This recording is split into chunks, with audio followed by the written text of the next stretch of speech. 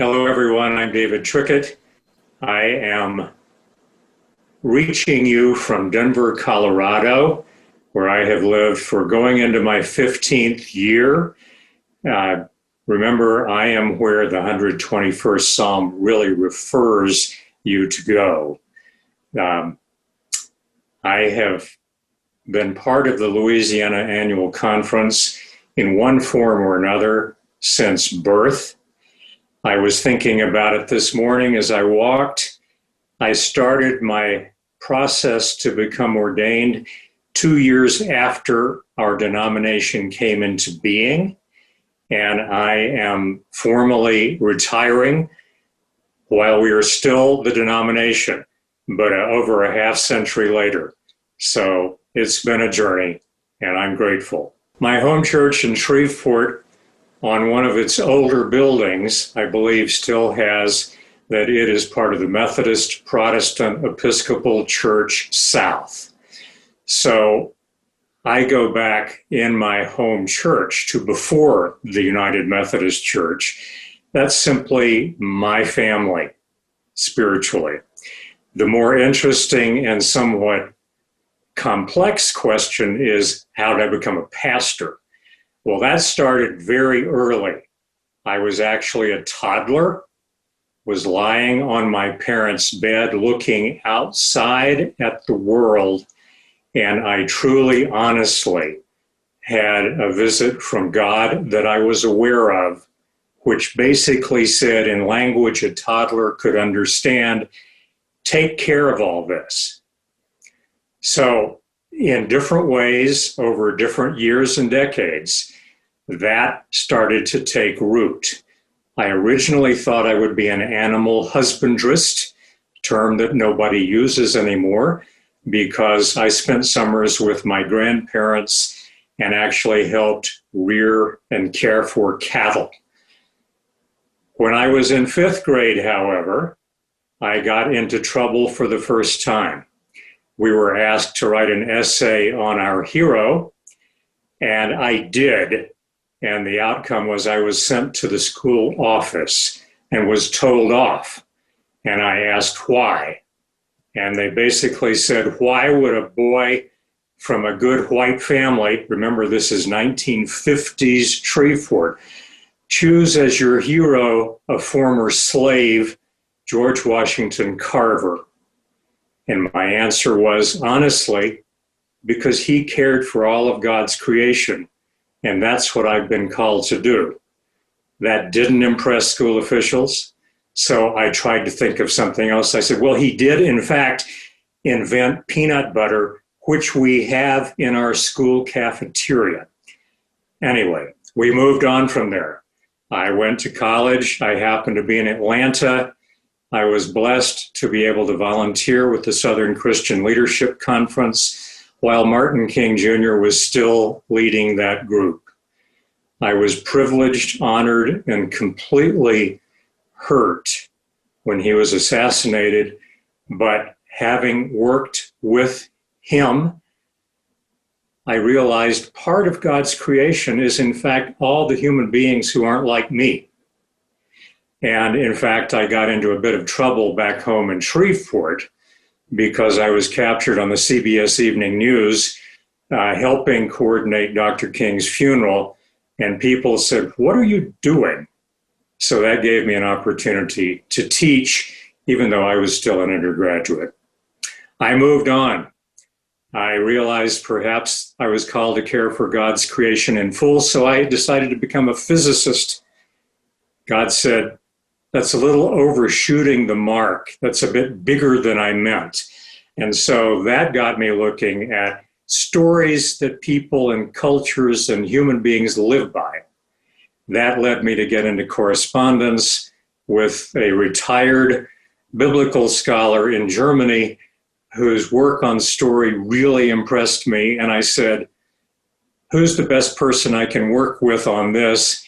He named his student that he thought most of, and that ended up taking me to SMU in Dallas.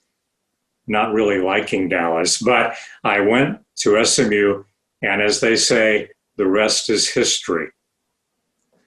The deeply moving story came in a letter that I received years after having left a congregation where I had been associate pastor.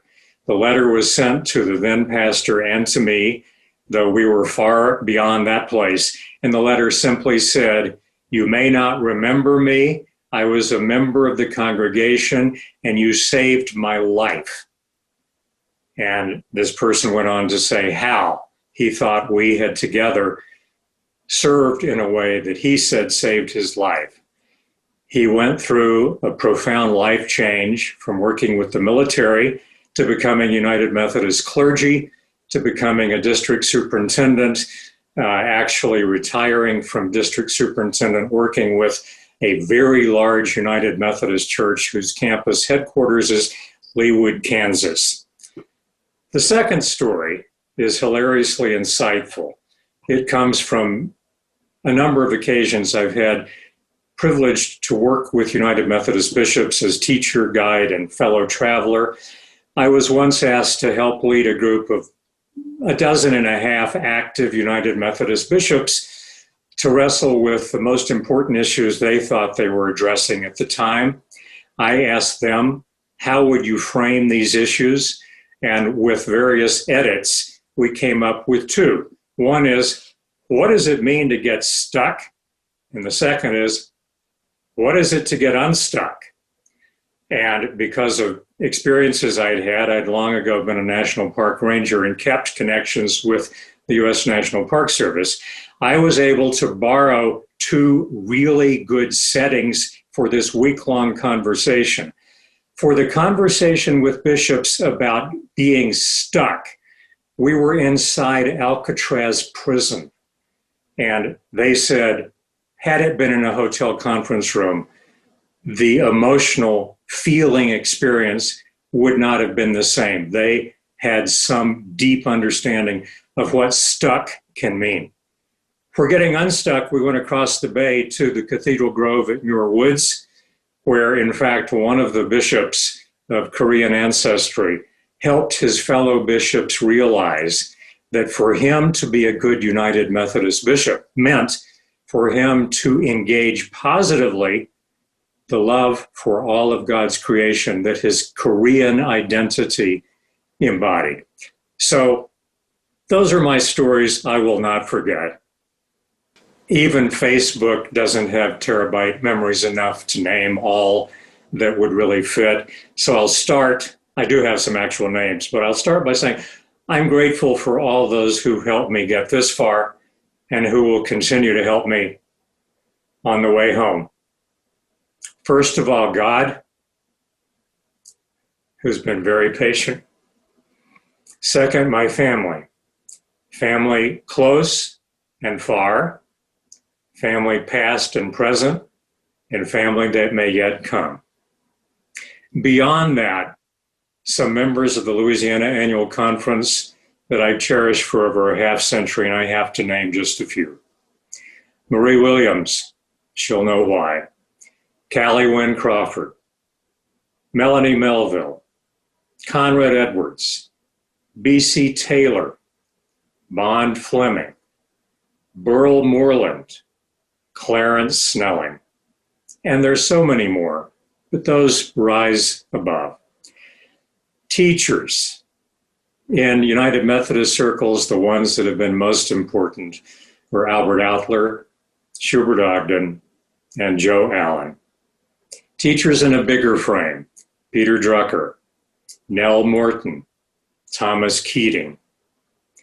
Opponents, people who at various points along the way have attempted to bring me down, and in some cases have done a good job of jabbing, but they've helped me persevere.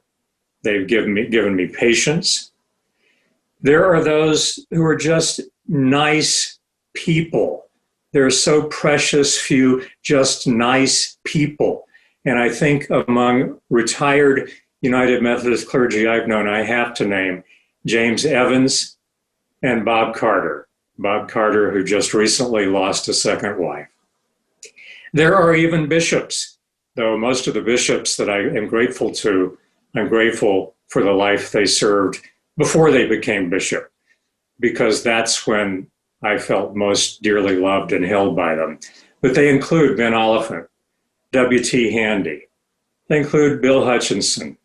And I have to say, Bishop Harvey, bless her, I haven't come to know her as I would like to because I've never been in the state as a resident. But as she continues leading our denomination, I'm grateful to her.